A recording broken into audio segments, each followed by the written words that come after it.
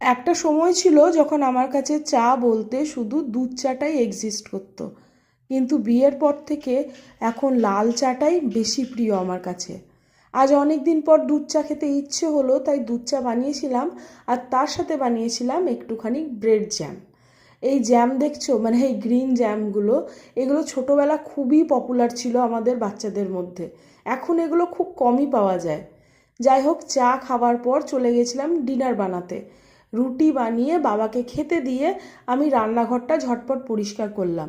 এই স্পঞ্জ ক্লথটা আজকে সকালেই কিনে এনেছি। যা সুন্দর গ্যাস স্টোভ আর টাইলস পরিষ্কার করছে, সত্যি মারাত্মক জিনিস একটা।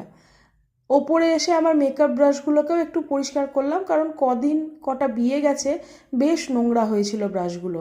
ডিনার করার পর দুজন মিলে শুরু করলাম আমাদের কেদারনাথের টিকিট বুকিং।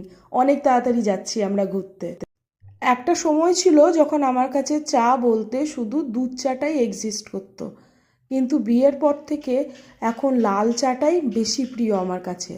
আজ অনেক দিন পর দুধ চা খেতে ইচ্ছে হলো, তাই দুধ চা বানিয়েছিলাম, আর তার সাথে বানিয়েছিলাম একটুখানি ব্রেড জ্যাম।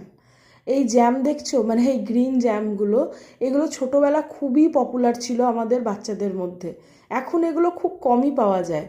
যাই হোক, চা খাওয়ার পর চলে গেছিলাম ডিনার বানাতে।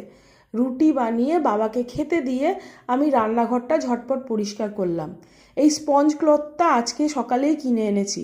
যা সুন্দর গ্যাস স্টোভ আর টাইলস পরিষ্কার করছে, সত্যি মারাত্মক জিনিস একটা। ওপরে এসে আমার মেকআপ ব্রাশগুলোকেও একটু পরিষ্কার করলাম, কারণ কটা বিয়ে গেছে, বেশ নোংরা হয়েছিল ব্রাশগুলো। ডিনার করার পর দুজন মিলে শুরু করলাম আমাদের কেদারনাথের টিকিট বুকিং। অনেক তাড়াতাড়ি যাচ্ছি আমরা ঘুরতে।